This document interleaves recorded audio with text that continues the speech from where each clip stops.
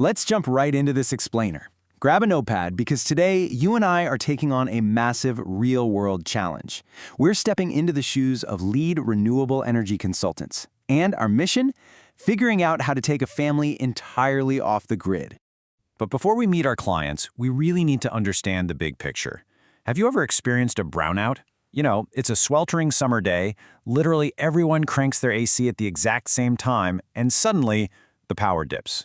You're left sweating in the dark. The system simply can't handle that excess demand. Or maybe there's been some system damage. Add in the unpredictable, skyrocketing costs of energy and growing environmental concerns, and well, going off the grid starts looking like a really, really good idea. Right now, most buildings in Canada, and honestly probably the one you're sitting in right this second, are completely tethered to the electrical power grid. We're talking about a massive, sprawling distribution system. It's an endless maze of power plants, transmission towers, and miles of cables. Most of us just plug things in and rely on this network without a second thought. But here's the crazy part.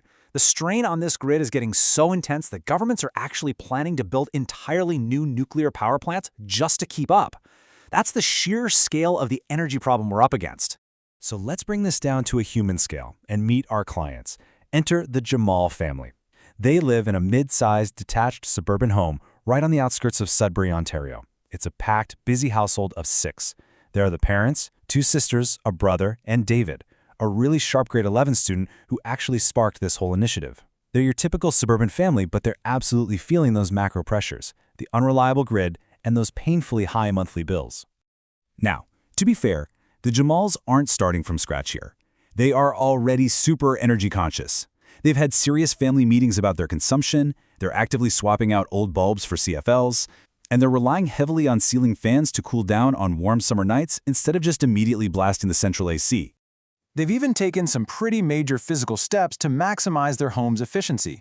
They've installed a drain water heat recovery system, which is super clever, and a programmable thermostat. This thing is smart. In the dead of winter, it automatically dials the furnace down when everyone leaves for school and work, and bumps it back up just before they get home. So they've done everything right. But here's the incredibly frustrating part. Despite all this hard work to reduce heating and cooling costs, their monthly electricity bills are still very high. And worse, they just keep climbing every single year. And that brings us to a major crossroads. The family realized that just trying to consume less grid power simply wasn't cutting it anymore. So David pitched a radical new proposition to his parents. What if they stop relying on the grid altogether? What if they actually generate their own electricity? It's the ultimate showdown, staying vulnerable to an expensive, maxed-out power grid versus taking total control and going off the grid. Like I said, David's a smart kid. He didn't just bring complaints to his parents, he actually brought receipts. Using resources from school and the internet, he did a deep dive into renewable energy sources. He looked into geothermal energy, he envisioned solar panels up on their Sudbury roof, and he even considered a wind turbine right in their backyard. His research was so solid that he actually convinced his parents to take the plunge and consult professionals. And boom! That is exactly where you and I step in. Here's our consulting mission. To successfully advise the Jamals, we need to hit 3 major targets. First, we have to research how solar and wind technologies actually function in a residential setting. Second, we've got to crunch the numbers and analyze the true costs. We're talking upfront installation and long-term maintenance. And third, we need to hunt down government incentive programs that actually pay residents to install these systems.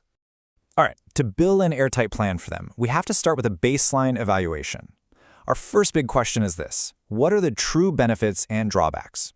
We need to weigh the convenience of their current setup against the reality of those summer brownouts and rising bills. Then, we contrast that with the amazing independence of generating their own power, keeping in mind, of course, the potentially high upfront financial burden of going off-grid.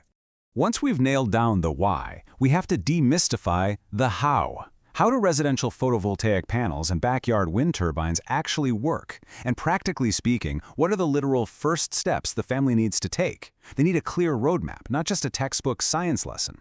We have to show them exactly how to transform their suburban house into a mini power plant. But let's be real for a second. The absolute climax of this whole investigation is the bottom line. Which renewable energy system is actually the most cost-effective for their specific home? We have to factor in their location in Sudbury, plus those hefty installation fees and ongoing maintenance. So does solar make more financial sense for them up there, or is a backyard wind turbine the winning ticket? Which leads right into the ultimate tangible outcome. We need to estimate, in hard numbers, exactly how much the Jamal family can reduce their electricity bills by generating their own power. This is the exact number David's parents are waiting for, right? It's what justified the entire project. If we can prove a significant financial drop, we've successfully sold them on a sustainable future. So, what's the final output of all our hard consulting work? Our deliverable is a comprehensive, actionable, renewable energy plan perfectly tailored to their home. Whether we end up presenting this advice verbally, drafting it out in a written report, or building a dynamic multimedia presentation, the goal is crystal clear. Give them structured, exciting advice that empowers them to make a massive life change. You know, our expertise doesn't actually have to stop at the Jamal's front door either. Think about the broader impact here. We could take this knowledge and plan a media campaign to educate the wider school community about affordable energy alternatives. Imagine creating newspaper articles, posters, or even radio announcements that factually compare the benefits of clean, renewable sources against the non-renewable ones, like the fossil fuels that Ontario still heavily relies on. We literally have the power to educate a whole community on the most cost-effective, sustainable choices out there. Which brings us to the end of our briefing, but really, it's just the beginning of a much bigger question. We've mapped out a solution for the Jamals, but what about you? Take a look around your own living situation. With everything we've just covered about the rising costs of the grid, the looming threat of brownouts, and the incredibly accessible reality of solar and wind power, could you take your own home off the grid? It's a pretty empowering thought, isn't it? Thanks for joining me for this explainer. Keep questioning, keep analyzing, and I'll catch you next time.